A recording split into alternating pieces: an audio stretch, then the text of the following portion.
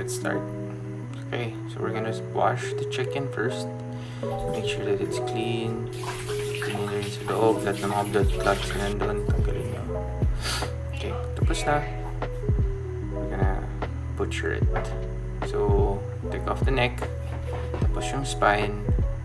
And then, we're gonna open it up. Yan. So, may kita mo may mga residue pa dyan ng blood. So, wash nyo ulit.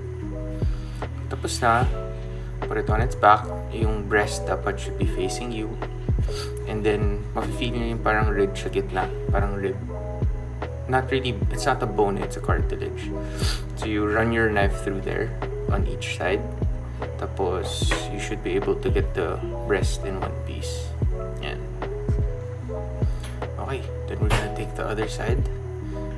Cut it off kasi we're gonna bake these halves in the oven later.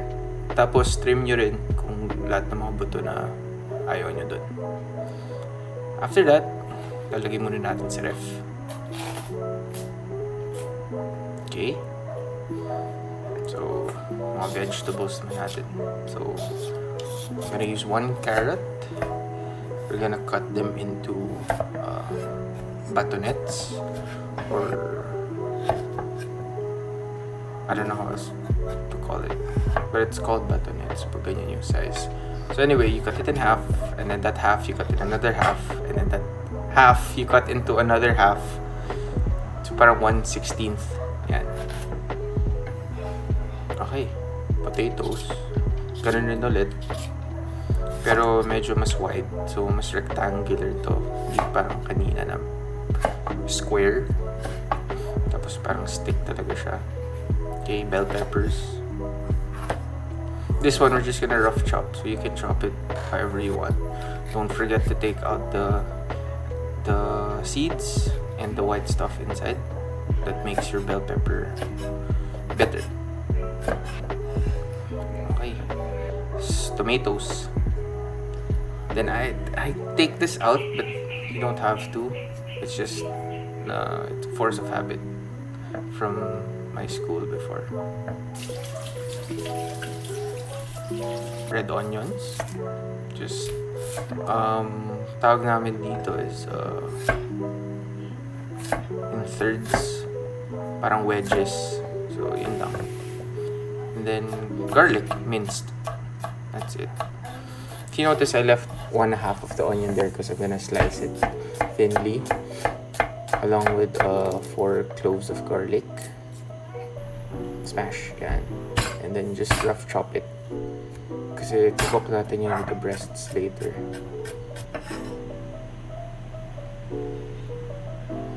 Yan. So the breast, you just slice it in half, lengthwise, para mas manipis. Then it cooks faster. And then into strips.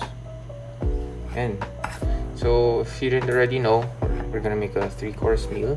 So the first one is a Chicken Alfredo in Penne. So we're making the stock here to go with the pasta. So we're gonna mix it in with some cream of mushroom soup and some cream. Yan, yun yung sauce natin for the Chicken Alfredo. So this one, yung ginamit ko dito, yung mga buto lang. So the neck and then the spine. And then we're just gonna pan-sear it. And then we're gonna add water to make the stock. I added some pepper kanina, but just for seasoning. It doesn't have to be palasa. It just needs the essence of the chicken. So inad ko rin yung mga leftover vegetables kanina. Yung mga hindi nagagamit, yung tapon, lagay nyo lang sa stock. Yan. So after that, strain it. And then we'll just let it set on the side para mag-cool down. Okay, so in another pan, we're gonna start cooking the breasts. Ayan. So, light cooking lang. We're not gonna brown it or anything kasi maluluto pa naman siya with the sauce later. We're just gonna help it cook a bit easier. Ayan. So, seasoned lang yan with pepper and whatever herbs you want. I just put pepper. That's it. Okay, after like 30 minutes, take out the halved chickens or your chicken halves, And then we're gonna make like a paste for the marinade. So salt, fresh rosemary or dried if you have, oregano, paprika, and some pepper. Yan. I'm gonna add a little more salt and then put some oil para maging parang paste siya. And then we're gonna dump it into the chicken and then you're just gonna rub it. And just make sure it coats the whole skin, so the insides. Yan, para pumasok yung marinade. And then cover it again, then put it in the ref until needed na. Baby potatoes for our appetizer or side for the chicken. Yan. So we're gonna get our tray ready with the baby potatoes, lay it down flat. So it's gonna be like a bed for our chicken. Put some oil so it doesn't stick to the pan. And then put your vegetables, all the cut vegetables around. There's no reason to do this, but you can do it on a separate pan if you want. I just like to put it there para they all cook in one pan. And the tomatoes, just bake it with the chicken. Okay, so we're gonna make the pasta now. Basically, just boil some water. Add your preferred pasta. I'm using Penne now, but you can use spaghetti, fettuccine, fusilli, any pasta you want, basically. Don't forget to salt your water kasi it adds the flavor para, para may lasa naman yung pasta. Okay, so we're gonna bake the chicken in the oven at 175 degrees Celsius, around 390 Fahrenheit for 35 minutes.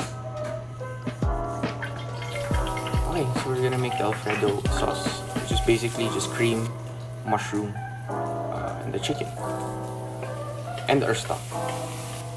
Now the stock you don't have to make if you ayaw mong gawin. I just like it kasi it adds more depth to the sauce. Adds more flavor. So yan. Put the cream, then we're gonna mix it through. Now pag masyadong malabnaw yung sauce, just put some slurry, cornstarch and water basically, to make it a bit more thicker para mag-coat siya dun sa pasta. Hindi ko na pinakita dito pero I did use some slurry para lang mas thick yung sauce. Siyempre tikman nyo to season, and then pag okay na kayo, just sama nyo na dun sa pasta and mix it through. Then your pasta's done. Garnish with parsley if you have. I didn't have any, so I didn't garnish it. And then that's it. After 35 minutes, the chicken's gonna come out like that. Crispy skin, moist inside. Yan, plating na tayo. Medyo fancy kasi Valentine's Day.